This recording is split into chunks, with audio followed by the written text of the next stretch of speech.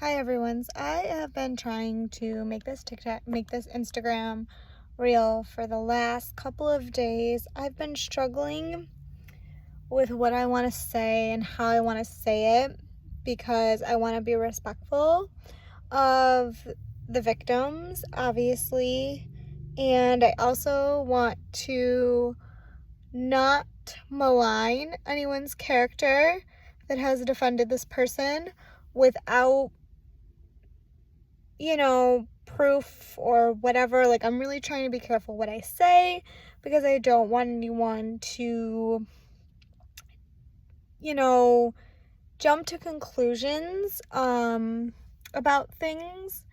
And I guess I'm just gonna start it, and hopefully I get through this without any issues. And I'm going to kind of talk a little bit about my own story, which I don't usually do. So please try to be respectful and don't victim shame me, or you will be deleted and blocked. Okay? Okay. So I had watched Leah Remedy in the Aftermath. I've mentioned that before, that I've watched Leah Remedy in the Aftermath from season 1 to season 3. I can't remember how many exact seasons there were. And I have listened to the Fair Game podcast, and I've been very heavily into the Scientology world, I guess you could say, as someone who's never been in. And Chrissy Brexler's story is one of the few from Scientology in the Aftermath that resonated with me. I mean, I'm going to be talking about Liz's book too some more, so that'll be like a whole nother separate thing. So I watched her episode in full, and it really struck a chord with me, especially when the FBI agent told her in that story that, like, I'm not going to use like the full language because I don't want Instagram to flag it. So it was the R word. As somebody who was drunk and passed out with her boyfriend that was older than her, and was very confused, because in my mind I had been told for so long before that point that basically it was normal in a relationship and it was expected in this relationship, whether I wanted to or not. It was expected. And at the time, I just assumed it was because of our age difference, and I had never really been with someone super older than me. I was 18, he was about like 26, 27 at the time. So I just assumed that was adult relationships. I mean, I was 18. I'm not trying to justify my actions, because at the time I didn't even know if it would be, at the time that I was unconscious and drunk, I didn't view it as the R word, because A, he was my boyfriend, and B, because I believed I was so drunk that I put myself in that position and I shouldn't have.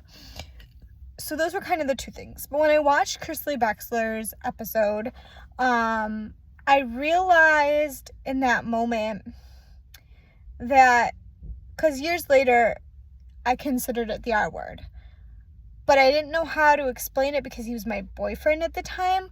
So in my head it was that, but it was still like he was my boyfriend. So is it really something if you're in a relationship? Like, you get what I'm saying? And it wasn't until I began therapy, obviously, and as I was watching Chrissy's story, I was like, minus the Scientology part, it hit me like a freight train. Like, it really truly was what I thought it was years later. I never went to the police. I never went anywhere with it. I kind of just buried it and didn't deal with it, which is not the healthiest way. So it was just really encouraging for me to hear I wasn't alone. And I've admired Chrissy ever since she spoke out, because obviously Danny Masterson is a celebrity. He has a lot of pull. He has a lot of different things in Hollywood, and he could potentially make or break somebody's career. But at that point, I truly believe that there was more going on than just that. Chrissy's statement the other day confirmed that in court, that she said there was like more going on than that, obviously. And you know, he brought her into a religion where she didn't have a relationship with her friends. She lost a relationship with her family. She lost all of her friends. Like, she was in a situation, in my opinion, from the outside looking in, I had assumed that because, not just because of the Church of Scientology, but because of the fact that he said it was I just kind of viewed it as an abusive situation, partly because of the Church of Scientology. I know that they're abusive. So in my head, it was just an abusive relationship, I guess you could say. I don't really know how else to explain it. So I just assumed it was abuse. And her husband, really confirming what she believed was super, super, super cool and super interesting for me to see, because don't want to say all men, but a lot of people don't always believe women. So it was nice to see somebody believe her, even if it was years later, what it was. So yeah. So when I saw the Danny Masterson trial come forward, I was like, you know what? Because it is a lot for me emotionally with my own situation, I was like, I'm not going to watch it. But then I was like, I want to see this play out, because for me, it was the first time, the second trial, not the first trial, was the first time that I felt like the Church of Scientology also was on trial. And that was kind of like my pull. You know, I had never really watched that 70s show. I had actually forgotten that Danny Masterson was a part of that 70s show. I've watched that 70s show, and I really, really liked Ashton Kutcher, which is kind of part of the next part of this video, but I always liked Ashton. I was always drawn to him. I don't know, maybe because he just played like such a dumb guy, and I was just like, oh my god, like he was, and I'm not gonna lie, he was cute, okay? Like, I'm not condoning his behavior right now, but like, he was cute. And Wilder Valderrama, I couldn't stand for some reason. Like, on that show, he was annoying, so he wasn't really like a take. And Topher always made me feel like I don't know, like he always appeared like to be great friends with the guys on the show, but then he like disappeared afterwards. And I guess I just believed what the media had wanted me to believe about him, that like he wasn't like nice or whatever. I just assumed he wasn't. And Mila, I never really got into her too much till she was with Justin Timberlake, and I was like, oh, in a movie, and I was like, oh, that's like Justin Timberlake was the reason I watched that movie. As for Lauren Pepron, wasn't really a fan of her either.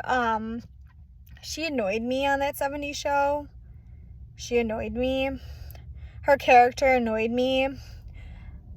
Like, I don't know, her character annoyed me on that show. We're just gonna be honest.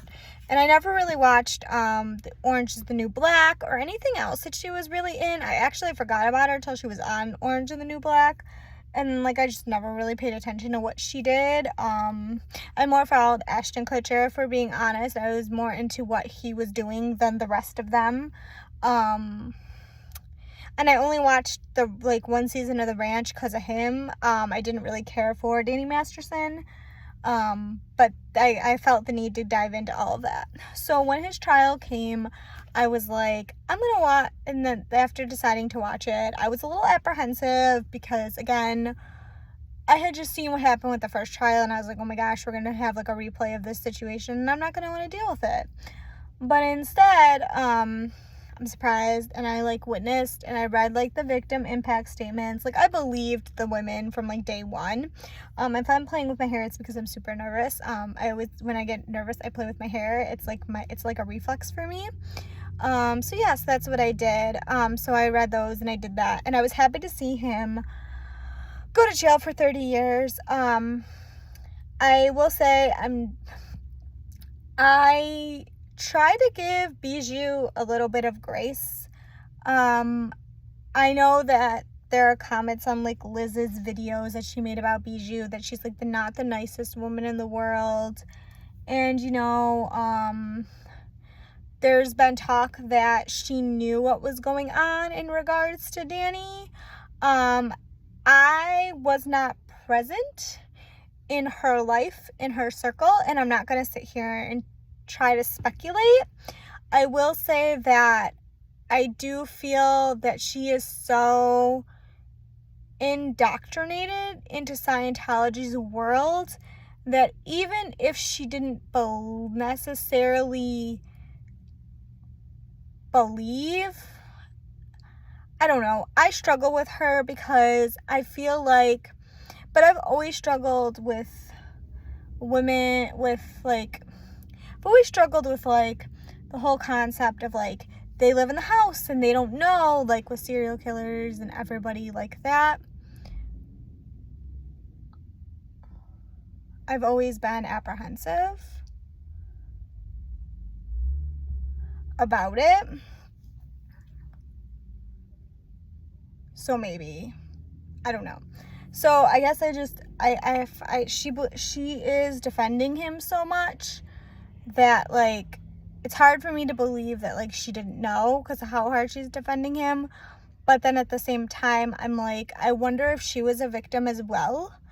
So that's kind of my 2 cents on Bijou. I don't really know. So now I'm gonna go to the part of the video that I've been dreading doing. I will say that I'm glad Danny's where he's at. I'm glad that he is in prison. I'm glad that he is facing times for the crimes that he committed. And I do hope for the sake of him and his family and his wife that he will take some time to consider or reflect on his behavior. I don't foresee him doing that because from the pictures and the videos that I've seen, he doesn't seem to think he did anything wrong. So I find that hard to believe that he's going to change. The other thing that I want to talk about is Ashton Kutcher. Now, this one's hard for me, I'm going to be honest, because of, not hard for me, but awkward for me, strange for me, weird for me, because I could get him wanting to write a letter for his friend. I get that. What I struggle with him and Mila is that they knew the women in question. It's not like these were random women. Not that it makes it right if it was random women, but they knew the women. So I find that a little weird. Like, they knew Chrissy. Like, why are we saying like, so for me, I always thought the victim impact statement was weird just because they did know Chrissy, especially. Like, I thought that their like letters about like how he's a great guy was just like weird when you know the ex-girlfriend. Like, it was weird to me. So that's the first thing on that. The second thing is that I don't think they thought these letters would ever be public. I don't believe that. Growing up in Scientology, mentioned that in a live, and I think that to be true. I don't think they realized that they could become public like this. I think that they were prepared for them not to, and then they became public, and they were like, "Oh crap!" Worse. And then their apology video, like, for me, their apology video, especially because they knew Chrissy, all they had to do was say like their names. Especially like Chrissy's, like, you knew Chrissy, and I think they knew one other one too. I could be way wrong though, but that's kind of that scenario. Yeah, so I was disappointed in Ashton for writing letter. I was disappointed in their apology. Mila looked to me like she didn't want to be there. She didn't want to be in front of the camera and apologizing. And I've never been a fan of her, and she just annoyed me in that whole video. Like, I couldn't even watch it because of her. I will say that I find it odd that I know Ashton and Danny are close, but I find it odd as a face of human trafficking and sex trafficking that he would defend Danny. I find it weird. So it begs the question, what does Scientology know or Danny know about him that would cause him to write a letter? I just find it weird that he would. And I know that he has said that Danny's mother reached out to him. And I know that it's his friend, but honestly, I've just kind of walked away from it. Like, I don't fully trust. Like, I just don't like Ashton Kutcher anymore. That's all. And ironically, Topher Grace, in his handling of this, he was the one I couldn't stand. Now he's the one I like. So that's all I wanted to say on that topic.